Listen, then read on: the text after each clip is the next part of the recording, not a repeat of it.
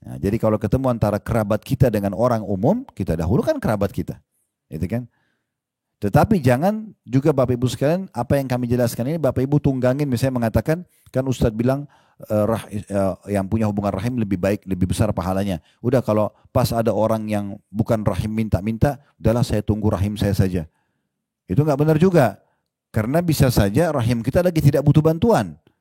Siapa yang sedang butuh itu kita bantu. Tapi kalau bertemu di waktu yang sama, si A punya hubungan kekerabatan, si B tidak punya hubungan, lalu kita bantu, si A itu lebih besar pahalanya. Allahu Rabbi wal Islam dini wa Muhammadan Rasulullah. Assalamualaikum warahmatullahi wabarakatuh. Alhamdulillah, selalu saja lisan kita memuji Sang Pencipta Allah atas segala nikmat yang dilimpahkan kepada kita. Sebagai seorang muslim, kita sangat yakin la ilaha illallah, la ma'budu bihaqqin illallah.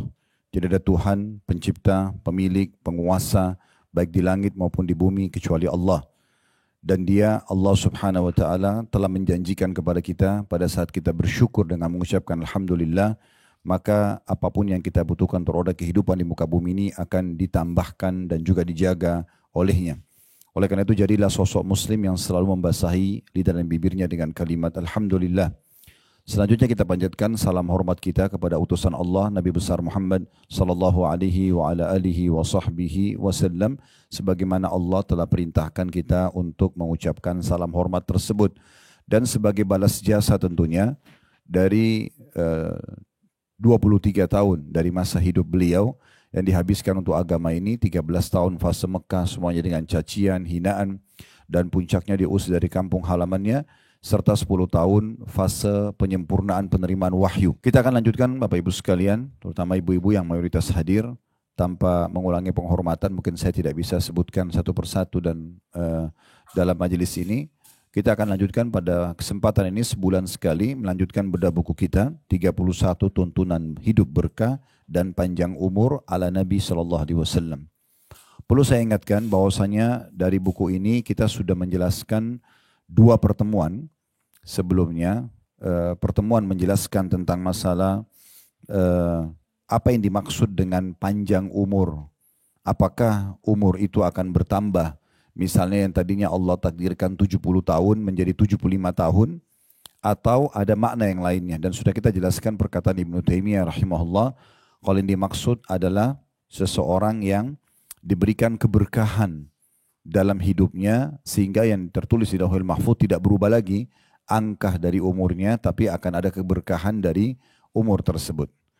Juga sudah kita jelaskan dari 31 tuntunan hidup berkah dan panjang umur ala Nabi SAW, poin pertamanya, ya, poin pertama, dan itu berada di halaman 27 ya.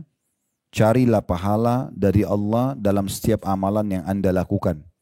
Maksudnya, saya simpulkan supaya mengingat kembali pertemuan kita yang terakhir yang lalu. Kalau kita sudah faham ada hal-hal yang Allah wajibkan seperti sholat 5 waktu, puasa Ramadan, zakat bagi yang mampu, haji bagi yang mampu. Ada juga yang sunnah. Yang sunnah ini mendampingi yang wajib. Seperti kalau untuk haji, umrah, kalau sholat wajib, sholat sunnah, kalau puasa Ramadan, puasa sunnah. Kemudian ditambah dengan zikir, baca Quran, silaturahim keluarga, dan seterusnya. Maka semua itu adalah sunnah. Namun ada yang kita titik beratkan pada pertemuan yang lalu, Bapak Ibu sekalian, semoga tidak dilupa. Ada hal-hal yang sifatnya mubah. Mubah ini maksudnya kita kerjakan tidak berpahala, dan juga kalau kita tinggalkan tidak berdosa. Contoh misalnya mandi, makan, minum, tidur. Ya. Ini semuanya rekreasi misalnya ke tempat yang tidak diharamkan. Ini hukumnya mubah. Artinya kita kerjakan ya, atau tidak, maka itu bebas saja. Kita boleh makan kapan saja, kita boleh minum kapan saja, yang penting konsepnya halal. Kita juga boleh istirahat di waktu-waktu yang kita butuhkan istirahat. Kita boleh mandi di saat kita merasa gerah misalnya, tanpa harus menentukan waktu tertentu misalnya.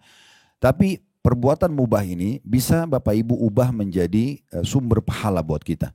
Dengan cara cuma niatkan saya dalam hati, pada saat saya mau makan, saya mau minum, saya mau tidur, saya mau mandi, semua itu karena ingin memberikan hak jasad.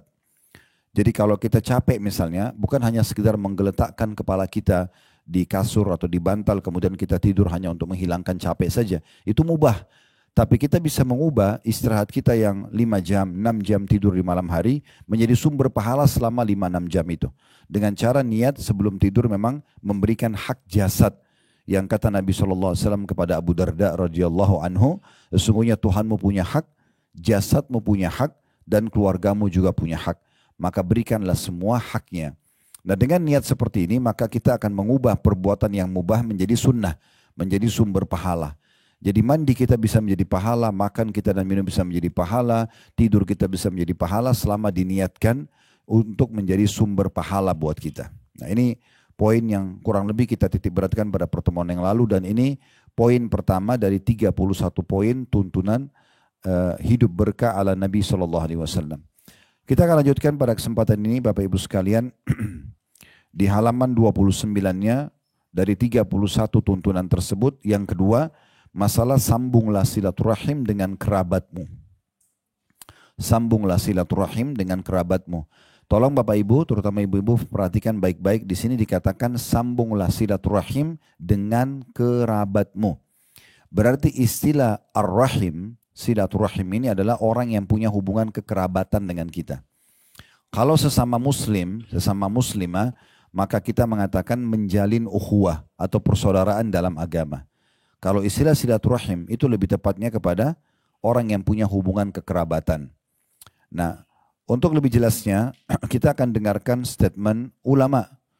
Ada satu tulisan tulis oleh Dr. Fadil Ilahi dalam salah satu statement beliau atau menulis tentang masalah silaturahim. Panjang lebar beliau jelaskan tentang definisi silaturahim, dalil-dalil syar'i dari Al-Quran dan juga sunnah Nabi SAW tentang silaturahim, kemudian apa saja sarana untuk silaturahim, serta tata cara silaturahim dengan para ahli maksiat.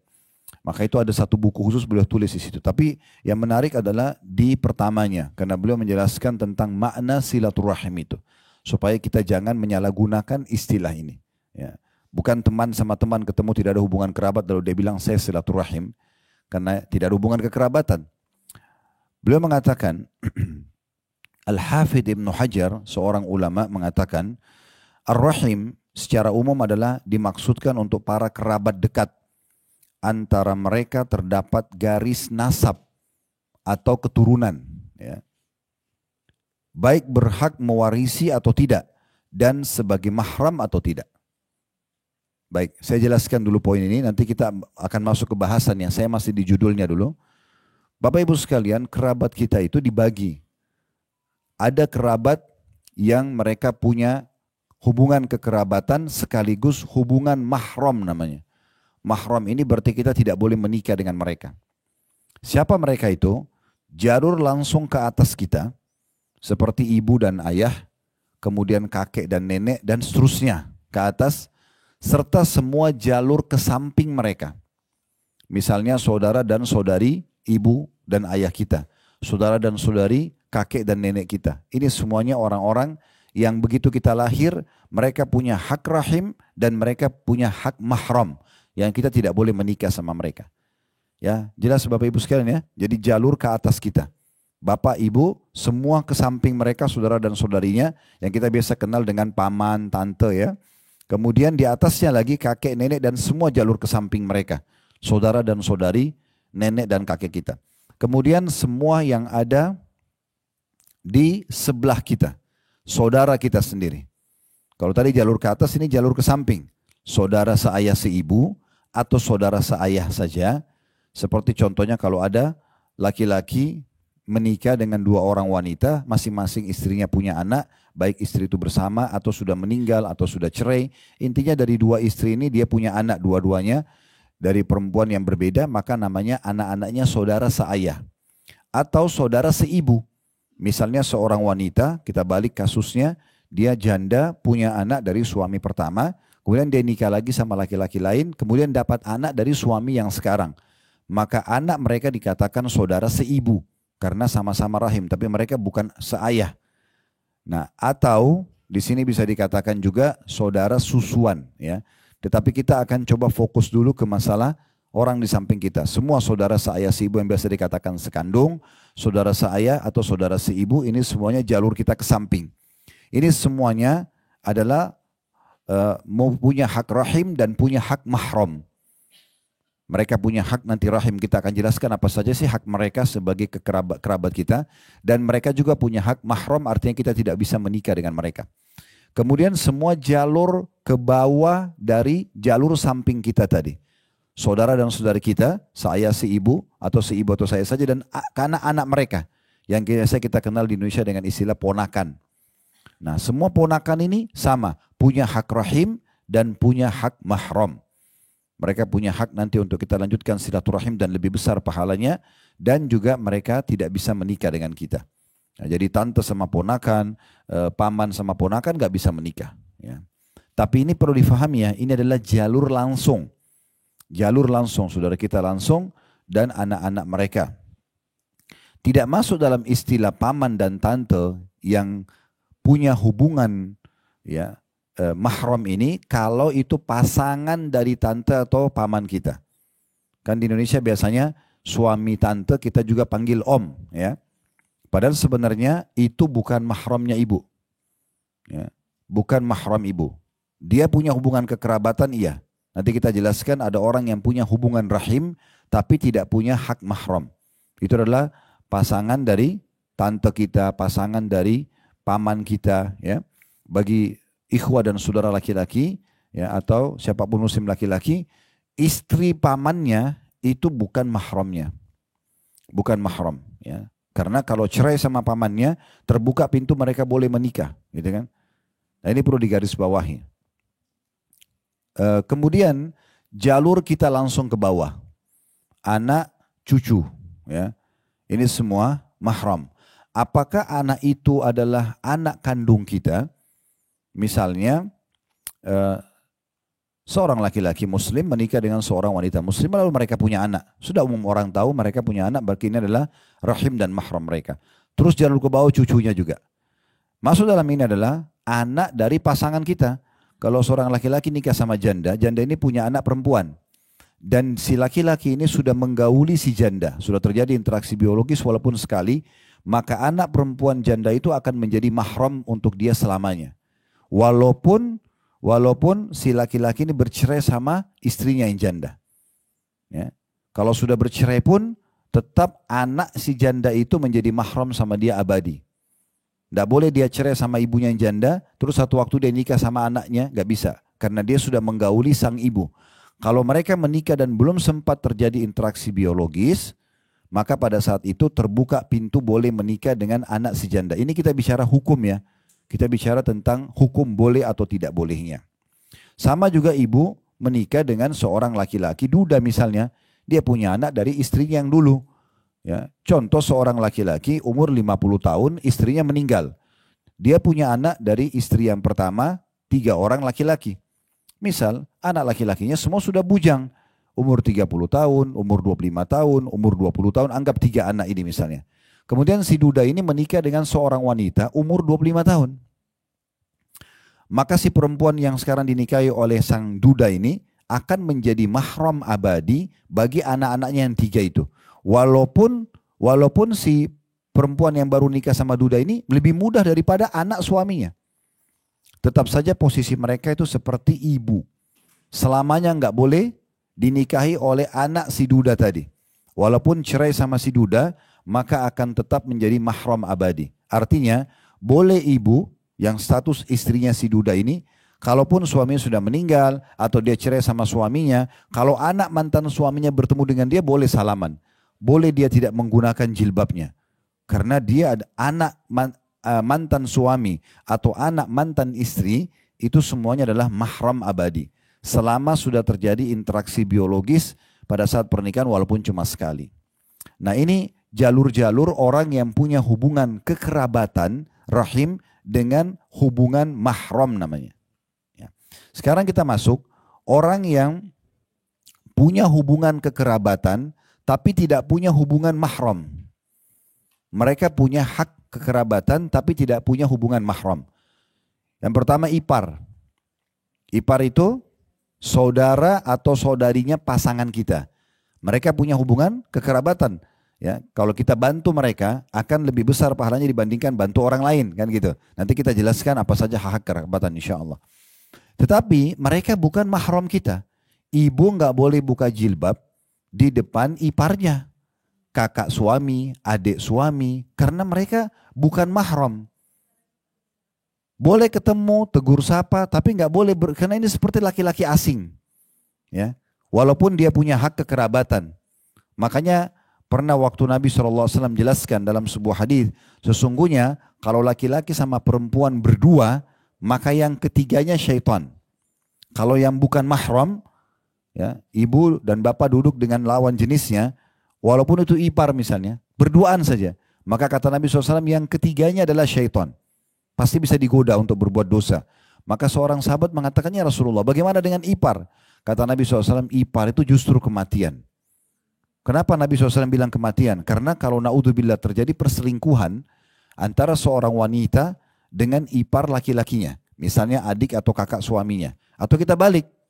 Seorang laki-laki terjadi perselingkuhan dengan adik atau kakak istrinya. Ini akan sangat menyakitkan pasangan kita. Karena kalau terjadi pada orang lain, maka terjadi perceraian selesai. Tapi kalau dengan saudara atau saudara kita, ini sangat menyakitkan. Makanya kata Nabi SAW, ipar itu justru kematian. Kan banyak kita di Indonesia ya, kadang-kadang karena dia tidak bisa ngantar istrinya, dia suruh adiknya yang antar istrinya, atau dia suruh kakaknya yang antar istrinya, berduaan di mobil, berduaan di motor. Ini bukan mahram.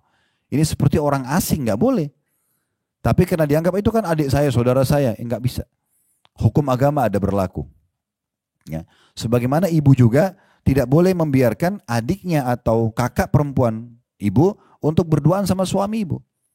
Jangan bilang itu karena adik saya, antar saja, itu karena kakak saya, nggak bisa. Ini bukan mahram.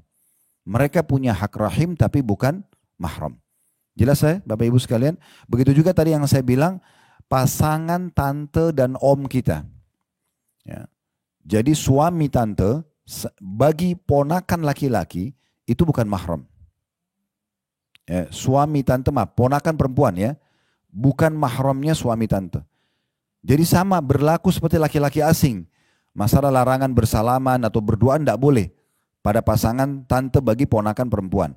Sama juga dengan istri paman ya, bagi ponakan laki-laki. Ini bukan mahramnya, nggak boleh berduaan. Ya, ini kekerabatan, punya hak kerabat tapi tidak punya hak mahram. Jadi kalau ibu ketemu sama ipar laki-lakinya tetap harus berjilbab. Tidak boleh berduaan. Hukum agamanya begitu. Baik, sekarang kita jelaskan tentang orang yang punya hak kekerabatan dan juga hak rahim, tapi bukan dari orang yang punya jalur keturunan dengan kita. Itu cuma satu saja, yaitu saudara susuan. Saudara susuan, ya. Jadi ibu-ibu hati-hati kalau ingin menyumbang ASI. Karena misalnya ASI dia banyak, kemudian dia donor, dia kasih ke satu klinik misalnya. Ya. Kemudian dia tidak tulis ini ASI siapa. Dia tidak tulis nama dia.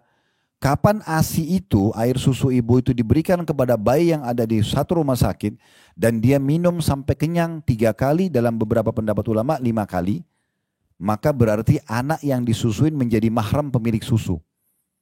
Ya, ini bahaya sekali nih, karena kalau jadi mahramnya ibu sumbang susunya kepada anak tetangga atau kepada satu rumah sakit, lalu bayi itu minum itu 1 hari aja ya, dia kenyang sampai 3 kali atau 5 kali dia kenyang, beda pendapat ulama, maka berarti bayi itu, kalau itu bayi laki-laki, menjadi mahramnya ibu, pemilik susu ini.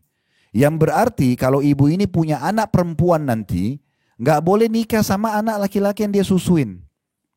Ya, maka ini harus hati-hati. Di masa Nabi Muhammad SAW pernah terjadi ada laki-laki dan perempuan menikah. Ini beda ya, beda keluarga, beda orang tua. Tapi di masa dulu itu orang-orang biasa memberikan anak bayinya kepada wanita-wanita Badui. Karena wanita Badui ini di padang pasir fisiknya kuat-kuat, asinya juga sehat gitu ya. Maka mereka berikan bayi mereka untuk disusuin. Ya, seperti contoh Nabi Muhammad SAW kan bukan disusui oleh ibunya Aminah, tapi disusui oleh Halimah Sa'diyah. Ya, kan? Halimah Sa'diyah bukan kerabatnya Aminah. Orang asing berada dari sekitar kota Taif. Tapi disusuilah Nabi SAW. Nah, Nabi SAW menjadi mahram untuk anak-anaknya Halimah. Makanya di salah satu peperangan pernah ada wanita tertawan sudah sangat tua. Gitu kan. Lalu kemudian Nabi SAW mengenalnya. Nabi suruh bebaskan, kenapa? Karena dia adalah anaknya Halimah. Saudari susuan Nabi SAW. Nah, ini poin penting ya. Maka kita jangan sembarangan memberikan ASI, kecuali kita berikan keterangan. Sama juga kalau kita punya rumah sakit atau klinik untuk donor ASI, maka harus jelas siapa pemilik ASI tersebut. Yang jadi masalah ini kadang-kadang ada orang, dia donor ASI-nya kena cukup banyak, maka di klinik itu atau di rumah sakit itu misalnya ada 10 bayi. 10 bayi ini semuanya disusuin dari susu dia. Maka ini semua jadi mahram dia kalau itu anak laki-laki. Atau menjadi mahram anak-anak dia. Di masa Nabi Muhammad SAW tadi saya bilang ada 2 orang menikah dari 2 kerabat yang berbeda. Begitu selesai akad nikah, untung mereka belum terjadi interaksi biologis. Datang seorang ibu tua kepada Nabi Muhammad SAW lalu mengatakan begini, ya Rasulullah, 2 orang ini yang baru anda nikahkan, itu saya pernah susuin. Yang laki-laki saya pernah susuin, yang perempuan saya, ini anak susu saya semua dua-duanya nih. Maka Nabi SAW batalkan pernikahan mereka. Kata Nabi SAW, kalian mau bagaimana lagi melanjutkan pernikahan ini sementara sudah ada yang mengakui bahwasanya kalian adalah saudara susuan. Nah, ini tidak boleh. Ya, jadi harus hati-hati dengan masalah-masalah seperti ini. Ya.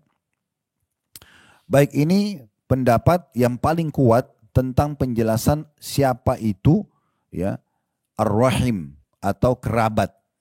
Nah, jadi mulai sekarang usahakan kalau kita menggunakan istilah silaturahim itu kepada orang yang punya kekerabatan. Bukan semua orang muslim kita bilang kita baru silaturahim. Ya, karena istilah ini hanya untuk orang yang punya kekerabatan saja. Kalau saya sama teman-teman saya bertemu kayak ibu bapak sekalian dalam ruangan seperti ini, mungkin teman-teman dari kecil, teman-teman dari SMA, itu teman-teman. Lalu apa yang kami ucapkan? Oh, kami sedang melanjutkan ukhuwah. Ya, ukhuwah itu persaudaraan dalam Islam. Bukan silaturahim karena kita tidak ada hubungan kerabat. Nah, dalam silaturahim ini karena dia bagian daripada perintah agama Bapak Ibu sekalian, kita dianjurkan oleh Nabi SAW untuk menelusuri jalur nasab kita. Kata Nabi SAW, telusuri jalur nasab kalian, cari tahu siapa kakek saya dari ayah dan ibu, kakek dan nenek, siapa kakek dan nenek dari ibu saya. Kemudian siapa saja saudaranya. Coba ibu dan bapak buat jalur nasab. Duduk sama ibu, duduk sama ayah atau siapa orang di kerabat kita yang masih hidup, yang sepuh, duduk. Kita sudah tahu nama ayah kita Ahmad, misalnya ibu kita namanya Hafsah misalnya. Contoh, ini contoh saja. Nah, kita sekarang tanya, ayah dan ibu ayah saya ini siapa? Ya. Lalu kita catat namanya. Ayah dan ibu, ya, ibu saya siapa? Oh, si fulan. Oke, dicatat. Kemudian kita minta lagi keterangan. Saudara, siapa saja saudara dan saudari kakek dan nenek saya dari ibu, dan saudara dan saudari kakek dan nenek saya dari ayah. Bisa saja ibu duduk begini satu majelis ternyata sepupu ibu.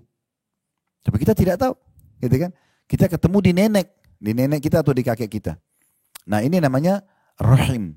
Kita harus tahu mereka punya hak rahim, ya. Nah, kunci daripada kenapa kita harus tahu semua ini Bapak Ibu sekalian, karena mereka punya hukum-hukum tertentu. Apapun yang Bapak Ibu lakukan kepada rahim, kalau bertemu antara orang yang punya hubungan kekerabatan dengan orang yang tidak punya hubungan kekerabatan, maka yang punya kekerabatan akan mendatangkan pahala lebih besar. Makanya pernah dalam sebuah riwayat yang sahih ada satu sahabat, dia membawa satu kantong isinya uang dirham, dia mau sedekah. Dia mengatakan, ya Rasulullah, saya punya uang ini, saya ingin sedekahkan. Target saya 2 orang. Yang satu punya hubungan rahim dengan saya, punya hubungan kekerabatan. Yang satu nggak ada, tapi dua-duanya butuh. Kira-kira siapa yang saya dahulukan? Kata Nabi SAW, kalau kau berikan yang punya hubungan rahim denganmu, maka kau akan dapat 2 pahala. Pahala sedekahnya dan pahala silaturahimnya. Nah, jadi kalau ketemu antara kerabat kita dengan orang umum, kita dahulukan kerabat kita. Gitu kan? Tetapi jangan juga Bapak Ibu sekalian, apa yang kami jelaskan ini Bapak Ibu tunggangin, misalnya mengatakan, kan Ustadz bilang yang punya hubungan rahim lebih baik, lebih besar pahalanya. Udah kalau pas ada orang yang bukan rahim minta-minta, udahlah saya tunggu rahim saya saja. Itu nggak benar juga. Karena bisa saja rahim kita lagi tidak butuh bantuan. Siapa yang sedang butuh itu kita bantu. Tapi kalau bertemu di waktu yang sama, si A punya hubungan kekerabatan, si B tidak punya hubungan, lalu kita bantu, si A itu lebih besar pahalanya. Ini poin penting. Nah juga ada tadi yang luput dari saya, ada juga orang yang Bapak Ibu sekalian punya hubungan kekerabatan dan punya hubungan mahram, tapi mahramnya sementara. Kalau tadi kan ada mahram tapi abadi ya. Jalur kita ke atas dan semua ke samping kakek, nenek, orang tua kita juga, ayah dan ibu dan semua ke sampingnya. Semua ke samping kita saudara dan saudari. Semua jalur ke bawah saudara dan saudari kita atau ponakan. Semua jalur ke bawah kita anak, cucu dan seterusnya. Tapi ada orang, ini mahram abadi ya. Selamanya mereka tidak bisa kita menikah dengan mereka. Tapi ada orang yang punya hubungan mahram dan rahim. Tapi ini hanya sementara. Selama masih ada jalinan pernikahan. Itulah suami istri. Itulah suami istri. Jadi kalau masih status istri atau masih status suami, maka mereka punya hak rahim dan punya hak mahram. Kapan mereka bercerai dan sudah lewat masa iddah 3 kali masa suci si wanita ini, maka terputus rahimnya, terputus mahramnya. Ya, jadi kalau sudah lewat 3 bulan dari masa suci, ibu nggak bisa lagi ketemu sama mantan suaminya berdua-duaan. Nggak bisa bilang, oh itu kan mantan suami saya, nggak bisa. Karena sudah menjadi laki-laki umum. Kecuali ibu berkumpul sama dia di masa iddah. Dari dia ucapkan kalimat cerai sampai 3 kali masa suci ke depan. Nah ini namanya masa iddah. Masa iddah adalah masa penantian untuk memperbaiki keadaan atau mengecek rahim apakah ada bibit manusia atau sperma yang tertumpah atau tidak. Nah, itu 3 kali masa suci. Nah di masa suci ini kalau bapak ibu ingin kembali rujuk istilahnya ya dalam agama kita, maka tidak butuh akad nikah. Karena di masa iddah ya. Jadi kalau misalnya bertengkar nih ribut, udah kita cerai. Suaminya mengucapkan saya ceraikan kamu. Misal contoh, dalam kondisi dia tenang dia ucapkan. Maka dari ucapan itu 3 bulan ke depan, 3 kali masa suci ke depan, ini namanya masa iddah. Kalau misalnya mereka 1 bulan kemudian, mereka saling introspeksi diri, mereka muhasabah, terus kemudian mereka ingin kembali lagi. Udah tinggal kumpul, saling memaafkan, selesai. Karena mereka masih dianggap suami istri sampai masa iddah selesai. Bahkan wanita yang diceraikan oleh suaminya, kalau suami meninggal di masa iddah, wanita itu masih berhak mendapatkan warisan. Sampai selesai masa iddahnya. Nah ini juga poin yang perlu digarisbawahi ya. Tapi kalau sudah lewat masa iddah 3 kali masa suci, maka menjadi laki-laki atau perempuan asing. Kalau mereka mau kembali lagi harus akad nikah baru. Ya, seperti orang menikah baru. Nah ini poin berhubungan dengan masalah makna rahim. Nah ini cukup panjang saya jelaskan supaya jelas ya apa yang akan kita bahas. Baik, kita kembali sekarang ke penjelasan yang disampaikan oleh penulis ini. Setelah beliau mengatakan poin nomor 2 dari 31 ya, tuntunan hidup ala berkah atau tuntunan hidup berkah ala Nabi SAW. Yang kedua adalah sambunglah silaturahim dengan kerabatmu. Jadi ada makna itu ya dengan kerabatmu, garis bawah ini. Sudah kita jelaskan ya, tidak semua orang punya hubungan kekerabatan sama kita. Di antara amalan-amalan kata beliau yang memanjangkan umur dan menambah kebajikan, maksudnya tambahan balasan pahala di sisi Allah, ialah silaturahim atau dalam kurung menyambung kerabat. Dari Abdullah bin Mas'ud radhiyallahu anhu, ini yang diangkat oleh penulis dalilnya, bahwa Rasulullah SAW bersabda, silaturahimi tazidu fil umur. Silaturahim akan menambah umur. Ada footnote di bawah, ya. Di situ nomor 3, dinukil dari kitab Sahihul Jami' nomor 3760. Hadits ini memberikan gambaran kepada kita bahwasanya orang yang suka silaturahim, menyambung hubungan kekerabatan, maka dia akan dipanjangkan umurnya.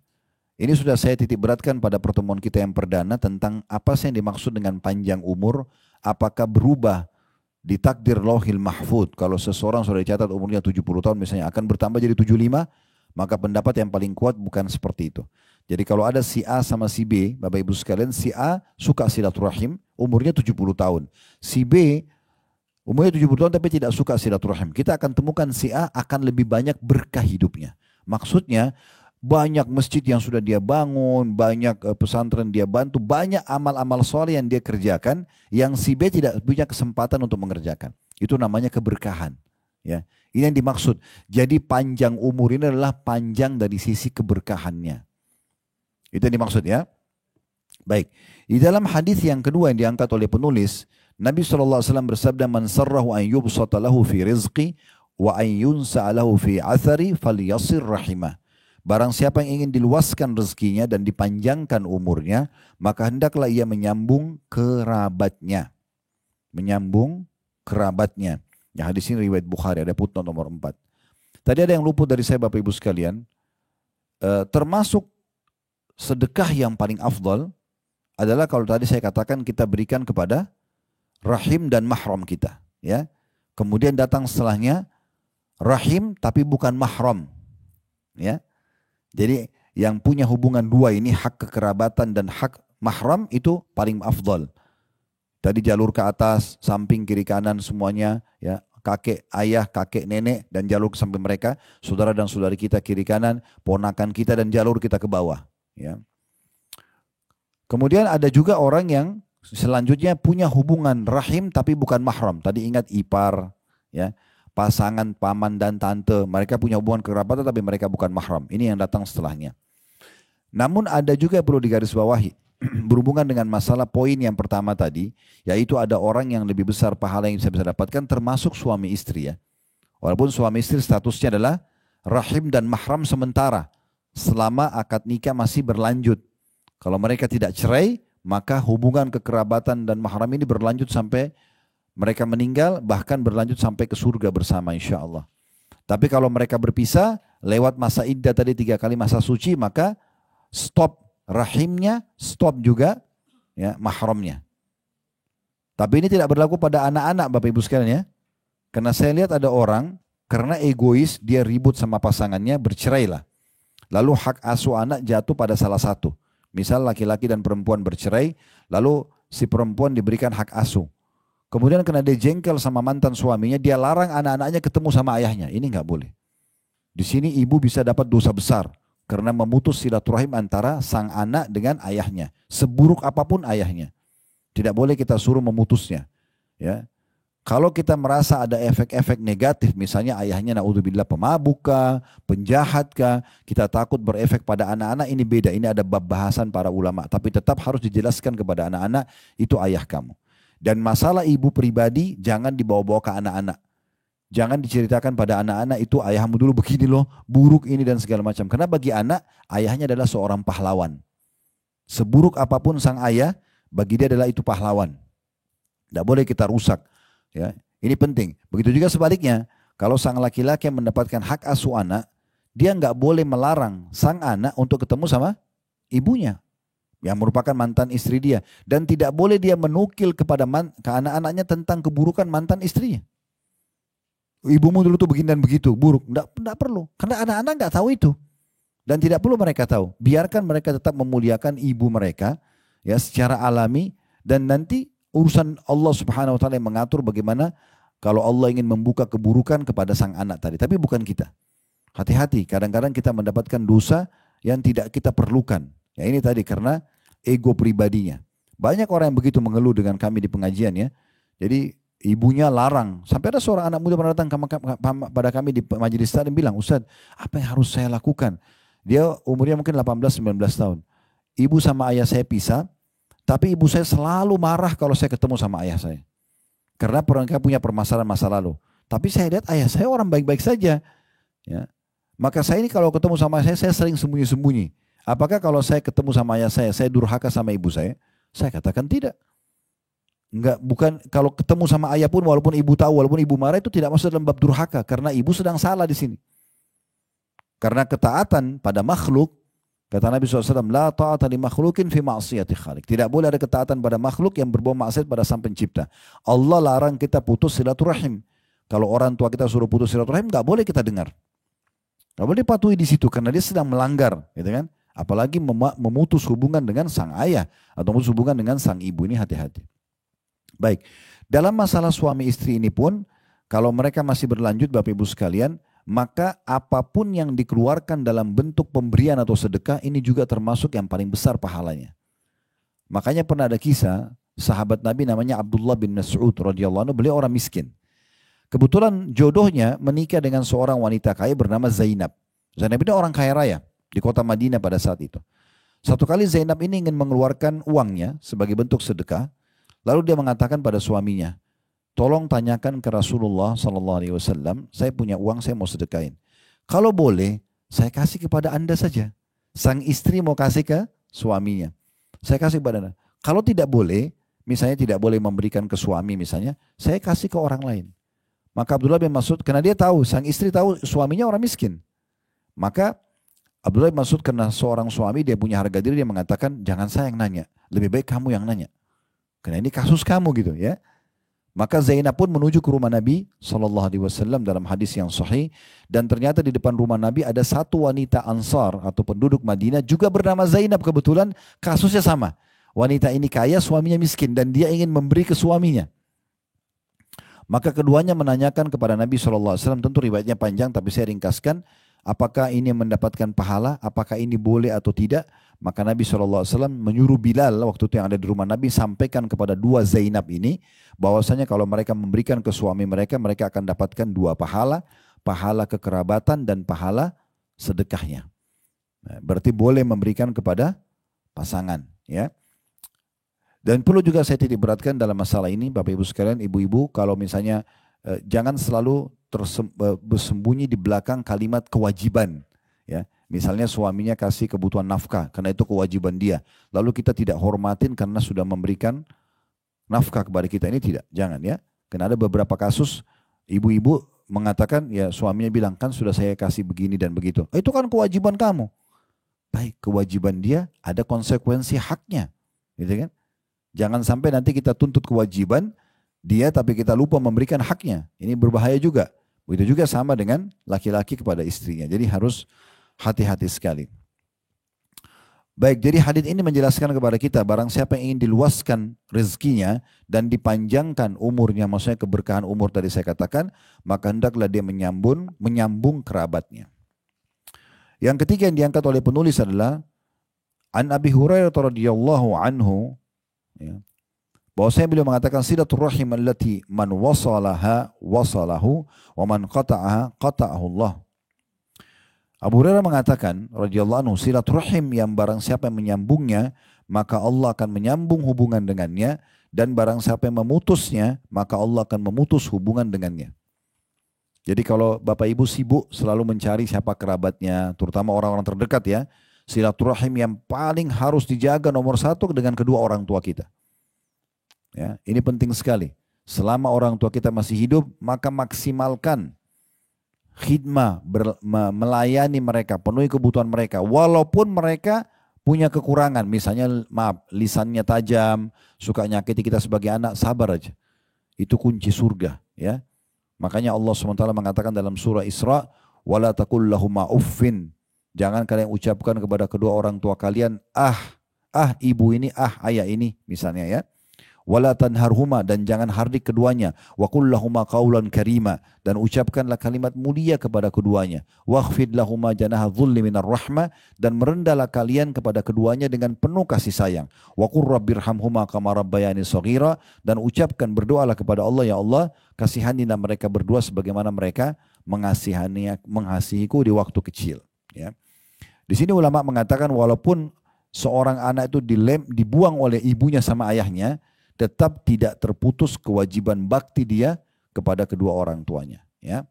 Nah, kemudian perlu digarisbawahi juga tambahnya Bapak Ibu sekalian, kalau ibu kita sudah meninggal, pengganti ibu yang paling besar punya hak adalah saudarinya ibu. Ya, di Indonesia biasanya kita sama ratakan istilah tante ya atau bibi.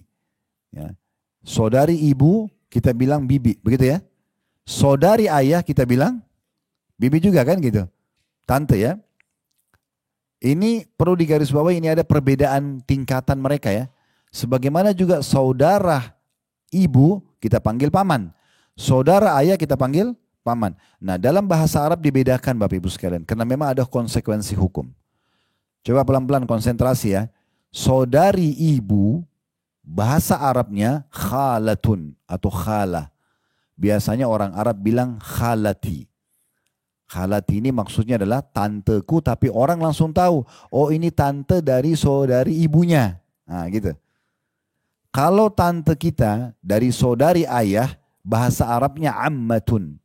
Dipanggil biasa ammati, ya, tanteku. Jadi kalau orang bilang ammati berarti itu jelas saudari dari ayahnya, tante dari ayahnya. Kalau khalati berarti saudara dari ibunya.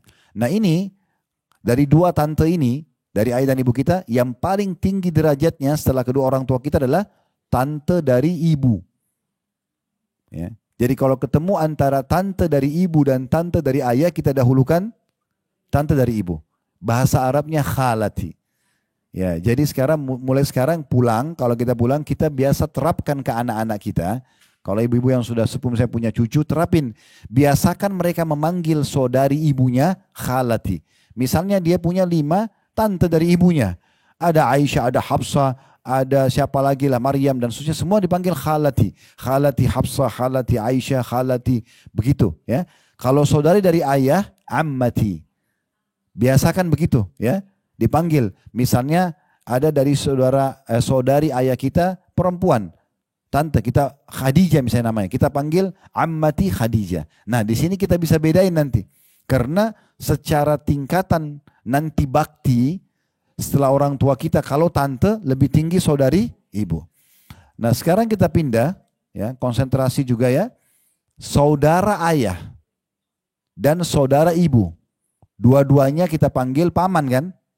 Saya ulangi, saudara ayah dan saudara ibu. Dua-duanya kita panggil paman. Bahasa Arabnya beda. Kalau saudara ibu, bahasa Arabnya khal. Tadi kan khalah kalau perempuan. Nah ini taknya dihapus saja. Khal. Kalau orang bilang pamanku dari ibu, khali. Misalnya ibu kita punya adik namanya Ahmad. Kita panggil Khali Ahmad. Nah, kalau saudara ayah, paman dari ayah, kita panggil am atau ammi, ya. Jadi misalnya adik ayah kita namanya Yusuf, kita panggil Ammi Yusuf. Nah di sini beda antara Ammi Yusuf sama khal tadi Ahmad, ya beda. Secara tingkatan paman ini lebih tinggi saudara ayah. Ya, makanya penting kita biasakan panggil saudara ayah ammi, ammi, ammi, panggil. Ya, seperti itu. Nah ini perlu digarisbawahi karena ada hubungan tingkatan-tingkatan level orang-orang yang kita silaturahim dengan mereka. Ya. Sama juga saudara kita. Saudara kita, saudara seayah seibu, saudara seibu dan saudara seayah ini satu level. Saya ulangi ya. Saudara seibu seayah dengan saudara seibu atau saudara seayah satu level. Ya. Biasanya orang menyebutkan saudara tiri. Kalau misalnya ibunya nih janda tadi punya anak dari suami pertama, cerai atau meninggal suaminya, dia nikah sama suami yang kedua. Kemudian dapat anak lagi. Biasa anaknya ini walaupun satu ibu dipanggil saudara tiri. Ada yang membahasakan itu ya. Saya biasa lihat ini saudara tiri. Kenapa? Karena beda ayah. Padahal sebenarnya ini saudara seibu. Ini levelnya sama dengan saudara seayah seibu. Sama levelnya. Begitu juga tadi saya kasih contoh. Laki-laki punya anak dari istri pertama. Apakah dia poligami atau misalnya dia sudah cerai. Atau istrinya meninggal. Terus dia menikah lagi sama perempuan kedua punya anak lagi. Ini anak istri pertama sama anak istri kedua namanya saudara seayah. Ini selevel dengan seayah seibu. Tidak boleh dipisahin. Ya, mereka punya kedudukan sama. Nah ini punya kedudukan yang juga harus kita jaga. Nah tinggal sekarang, kalau saudara dan saudari kita, yang mana kita dahulukan? Misalnya kita punya kakak laki-laki, dan kita punya adik perempuan. Dua-duanya minta bantuan. Kita hanya bisa bantu salah satunya. Mana yang lebih besar pahalanya? Saudari. Ya, saudari kita. Kenapa? Karena memang perempuan lebih didahulukan dalam bantuan daripada laki-laki. Karena laki-laki memang punya tugas untuk mencari nafkah, perempuan tidak. Bahkan kalau ada seorang wanita meninggal semua kerabatnya tinggal kakak dia saja atau adik dia laki-laki, ini punya kewajiban memberikan nafkah saudarinya. Dan tidak berlaku pada sebaliknya. Kalau saudari ini misalnya punya kemampuan, dia punya saudara tidak mampu. Dia boleh membantu tapi bukan kewajiban bagi dia. Karena laki-laki harusnya bekerja mencari nafkah. Nah ini level-levelnya ya. Level-level yang harus kita ketahui. Baik, selanjutnya dari hadis ini juga di halaman 30 tadi, Abu Hurairah menjelaskan kepada kita siapa yang melanjut hubungan kekerabatan, maka Allah akan lanjut hubungan dengannya. Siapa yang putus, Allah juga putus dengannya. Nah dari poin ini saya izinkan saya menjelaskan tentang bagaimana atau tata cara apa saja yang kita gunakan untuk silaturahim. Nah yang biasa orang fahami, silaturahim itu adalah mendatangi rumah kan? Oke, itu satu, betul. Tapi apakah ada cara lain? Ada. Ada. Apa saja yang ibu dan bapak lakukan yang bisa memberikan manfaat kepada kerabat kita walaupun tidak ketemu, namanya silaturahim. Kayak kita misalnya kirimkan makanan ke rumahnya, kita bantu sekolah anaknya, kita berbagi pakaian, kita undang dia datang ke rumah kita datang ke rumahnya, semua ini masuk dalam silaturahim, ya. Jadi apapun walaupun kita tidak ketemu. Misalnya Bapak Ibu punya keluarga di Amerika, kita nggak bisa ketemu, jaraknya jauh. Tapi kita sering telepon-teleponan, wa-waan, itu silaturahim namanya. Sama. Ya. Makin bagus Bapak Ibu kemas silaturahim itu, maka makin besar pahalanya. Perlu digarisbawahi, ibadah itu bisa dikemas. Yang penting ibadah itu punya perintah. Contoh misalnya, ini supaya jelas dan ini pernah saya jelaskan pada pertemuan lalu, saya ingatkan lagi. Kalau ada dua orang Bapak Ibu sekalian, dua-duanya ini akan mengerjakan sholat malam. Si A sama si B misalnya. Ini supaya mudah difahami. Si A ini, dia niat mau sholat malam, dan pada saat dia bangun ya sudah, dia bangun saja dengan baju dia apa adanya, ya misalnya ibu-ibu misalnya pakai mukena yang mungkin sudah seminggu belum dicuci misalnya, ya udah dipakai aja sama dia. Contoh, ini contoh saja. Atau mukena yang sudah tua sekali, bagi dia ya sudah tidak ada orang lihat juga, saya sholat aja begitu. Misal contoh, dia baca surah yang kebetulan terlintas di benaknya, ya Al-Ikhlas, ya Al-Kafirun, ya sudahlah. Misal contoh, ini si A, si B enggak. Dia mengemas, dia sudah siapkan mukena yang sudah dicuci, atau kalau perlu mukena baru, dia memang pada saat bangun, misal contoh dia kemas dengan, supaya saya lebih segar sholat, saya mau mandi, misal. Dia mandi niatnya supaya segar sholat malamnya, ini kan kemasannya nih. Mungkin sejadah dibubuhi, parfum, wangi-wangian ya. Mungkin dia juga sudah siapkan surah yang dia mau baca. Ya, karena dalam sholat sunnah kita bisa pegang mushaf ya. Atau kalau sekarang ada aplikasi Al-Quran di handphone, sambil sholat sunnah bisa sambil pegang. Ya, supaya jangan sholat malamnya inna ataina wal asri terus. Kan gitu. Jadi boleh kita mulai dari Al-Baqarah. Ya. Misalnya Bapak Ibu sholat malam nih, nanti malam. Sudah saya mulai dari Al-Baqarah aja deh. Misalnya 1 rakaat 1 ayat, misal contoh. Ya udah 10 ayat 1 malam. Besok lanjut lagi ayat 11 sampai ayat 20 kan gitu. Begitu seterusnya sampai mengkhatam ya. Itu boleh saja. Di sholat-sholat sunnah terutama itu tidak ada masalah. Makanya sebagian masjid kita lihat kalau Ramadan mereka taruh Quran besar di depan imam. Pernah lihat? Ya. Supaya imamnya kalau lagi sholat dia bisa lihat. Ya, supaya dia mengkhatam Al-Quran. Siapa tahu dia lupa ya. Nah, itu termasuk dibolehkan. Nah, kalau si B mengemas seperti ini, dia kemas bajunya khusus untuk sholat malam, dia mandi dulu, dia pilih surahnya, ini lebih besar pahalanya. Nah ini sama kita tarik ke silaturahim. Beda sekali pahalanya antara si A yang kebetulan mau ketemu ibu sama ayahnya, dia beli saja buah di pinggir jalan, di pasar kaki lima, dengan orang yang masuk ke toko buah terbaik, dia kemas dengan rapi, kemudian dikasih ke orang tuanya. Ini kan ada kemasannya nih, ini ada ekstra pahala. Coba renungi Bapak Ibu sekalian. Coba renungi contoh ini. Kalau seandainya Bapak Ibu di saat ini diundang oleh presiden misalnya. Presiden titip pesan, tolong bawain saya buah. Kira-kira Bapak Ibu beli di mana? Hah? Ya enggak usah disebut nama mereknya. Tapi gini, maksudnya di supermarket kah atau di pasar kaki lima? Kenapa? Karena yang pesan presiden. Presiden punya hubungan kerabat gak? Misal tidak ada hubungan kerabat ya. Baik. Jadi kita kemas. Kalau ibu masuk dan bapak ke supermarket itu untuk beli buah, kira-kira kita akan pilih yang terbaik atau enggak? Misalnya ada anggur 1 kilo 200.000, ada 100.000. Yang mana kita ambil? Pasti yang terbaik ya. Nggak cukup situ. Kita akan beli keranjang, kita akan kemas ya gitu ya.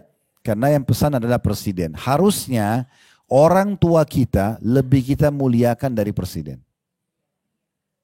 Kenapa kalau orang tua kita pesan beli pakai kresek, bahkan bau ikan pun nggak masalah. Karena dia tidak tahu dalam kemasan itu ada pahala. Ya. Jadi makin bagus kita kasih maka makin baik. Ibu dan bapak mau kasih makanan tetangga. Beda pahalanya dengan kemasan aja. Kita sengaja taruh di piring yang bersih, kita sengaja tata, kita pilih yang terbaik lalu kita kasih orang. Beda dengan orang yang sembarangan saja memberikan, itu beda. Beda pahalanya orang yang sengaja menyisipkan di dompetnya uang 100.000 yang baru, masih gres, masih bagus, dikasih ke orang miskin dengan orang yang kebetulan korek kantongnya keluar uang, mau kusut, mau kotor, yang penting dikasih, beda, kemasan ini ada. Nah kemasan dalam ibadah ini ada nilai pahala sendiri di sisi Allah SWT. Jadi harus kita meraih pahala lebih ekstra ya dengan masalah ini. Begitu juga dengan orang tua ya. Dan dalam memberikan sedekah Bapak Ibu sekalian tidak harus sedekah itu kepada orang miskin. Contoh kita punya orang tua orang mampu. Boleh nggak saya belikan lagi baju, saya belikan mobil, saya belikan rumah. Bisa. Itu sedekah afdal kepada orang tua kita. Kan gitu. Jadi nggak masalah. Jadi boleh sedekah itu kepada orang miskin, boleh kepada orang yang mampu. Apalagi kalau punya hubungan kekerabatan. Baik kita pindah ke halaman 31-nya. Penulis kemudian mengatakan saudaraku hati-hatilah dari memutuskan kerabat. Jangan sampai tidak silaturahim. Karena ini adalah sebab laknat Allah. Laknat itu maksudnya diangkat berkah hidupnya Bapak Ibu sekalian.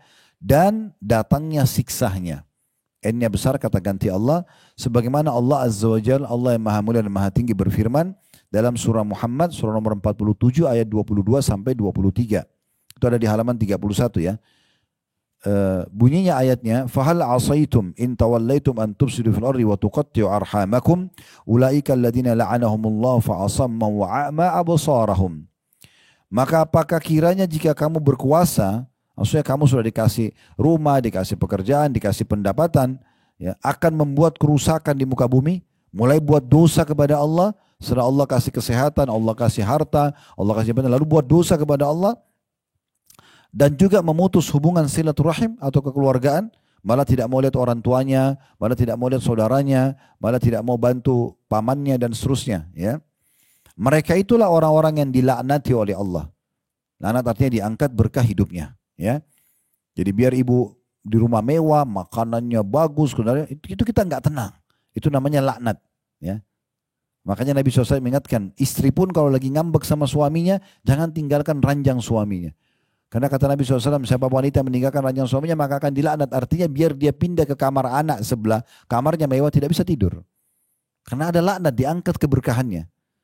Orang kalau dapat berkah itu Bapak Ibu sekalian, biar makan sedikit, biar tidur mungkin di sofa, mungkin di lantai, nyenyak aja, enak aja dia. Karena ada keberkahan, itu makna keberkahan gitu ya. Kata Allah, mereka itulah orang-orang yang dilaknati oleh Allah dan ditulikan telinganya. Atau telinga mereka dan dibutakan penglihatan mereka. Maksudnya di sini tuli bukan tidak bisa dengar, tapi dia jadi tidak mendapatkan hidayah, petunjuk melalui telinganya, ya. Dan juga matanya tidak bisa melihat peluang untuk meraih pahala dari kekerabatannya itu. Nah, ini makna daripada ayat ini. Jadi ada ancaman orang-orang yang memutus silaturahim, ya. Hati-hati juga ya, banyak kita sebagai posisi anak, kadang-kadang kalau orang tuanya telepon, ya buru-buru. Sudah ibu ya saya sibuk, sudah ayah saya sibuk. Tapi kalau teman gosipnya yang telepon, wah biar 1 jam nggak apa-apa, bahkan ditunggu teleponnya. Ini hati-hati nih, ini bisa masuk dalam memutus silaturahim. Orang tua lagi telepon dibiarkan, tidak dijawab. Ya, para ulama di Saudi itu yang kami ketahui, mereka lagi isi pengajian begini. Kemudian ayahnya atau ibunya telepon, langsung diberhentikan pengajiannya, lalu kemudian mereka menjawab. Ada di antara mereka ibunya pernah telepon, dia matikan mikrofonnya, kemudian dia bilang sama jemaahnya, maaf ibu saya lagi telepon. Dijawab sama dia. Setelah assalamualaikum, dia nggak bilang sama ibunya, ibu saya lagi pengajian, nanti saya telepon balik nggak? Dibiarin ibunya cerita apa? Ibunya cuma bilang, nak ibu lagi kangen nak. Baik, saya datang ibu.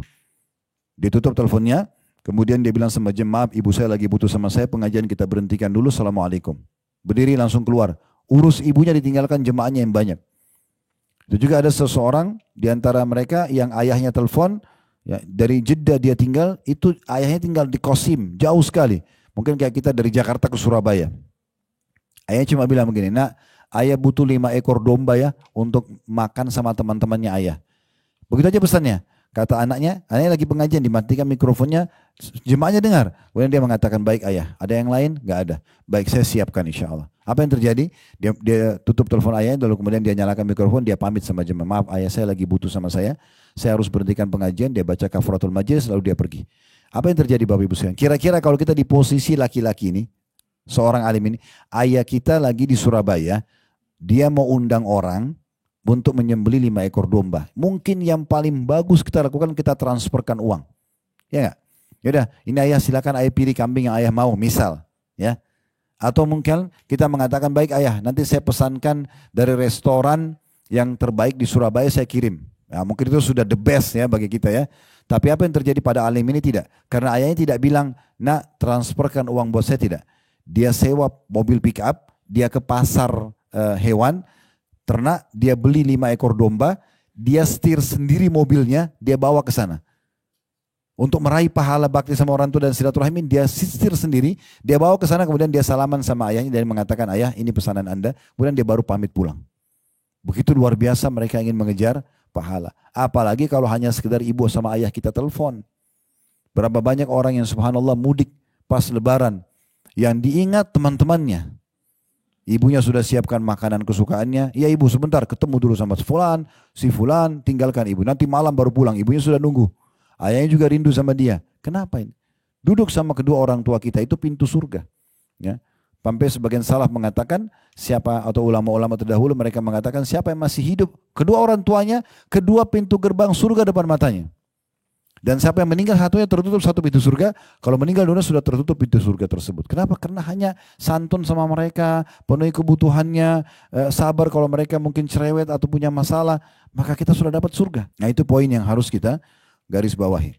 Selanjutnya diangkat oleh penulis juga dalil surah Ar-Ra'd, ya, surah nomor 13 ini ya, ayat 25, yang bunyinya, وَالَّذِينَ يَنْقُضُونَ أَهْدَ اللَّهِ مِنْ بَعْدِ مِيثَاقِهِ وَيَقْطَعُونَ مَا أَمَرَ اللَّهُ بِهِ أَنْ يُوصَلَ وَيَقْطَعُونَ مَا أَمَرَ اللَّهُ بِهِ أَنْ يُوصَلَ وَيُفْسِدُونَ فِي الْأَرْضِ أُولَئِكَ لَهُمُ اللَّعْنَةُ وَلَهُمْ سُوءُ الدَّارِ.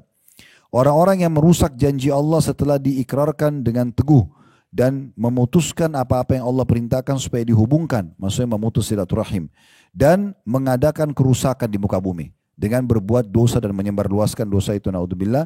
Orang-orang itulah yang memperoleh kutukan atau laknat, tadi diangkat keberkahan, dan bagi mereka tempat kediaman yang buruk, maksudnya neraka jahanam. Jadi ini luar biasa ancamannya.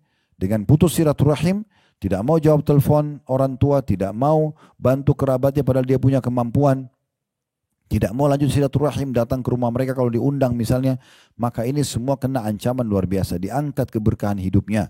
Ya, hati-hati ya. Sama juga saya perlu ingatkan, ibu-ibu jangan menjadi penyebab suaminya durhaka pada ibunya. Ya, pilih saya atau pilih ibumu? Ya pasti pilih ibunya lah. Ya, nggak mungkin ibu yang dipilih, gitu kan? Nggak boleh, itu nggak boleh. Karena kalau ibu lakukan itu, Allah akan datangkan nanti anak buat ibu yang durhaka sama ibu.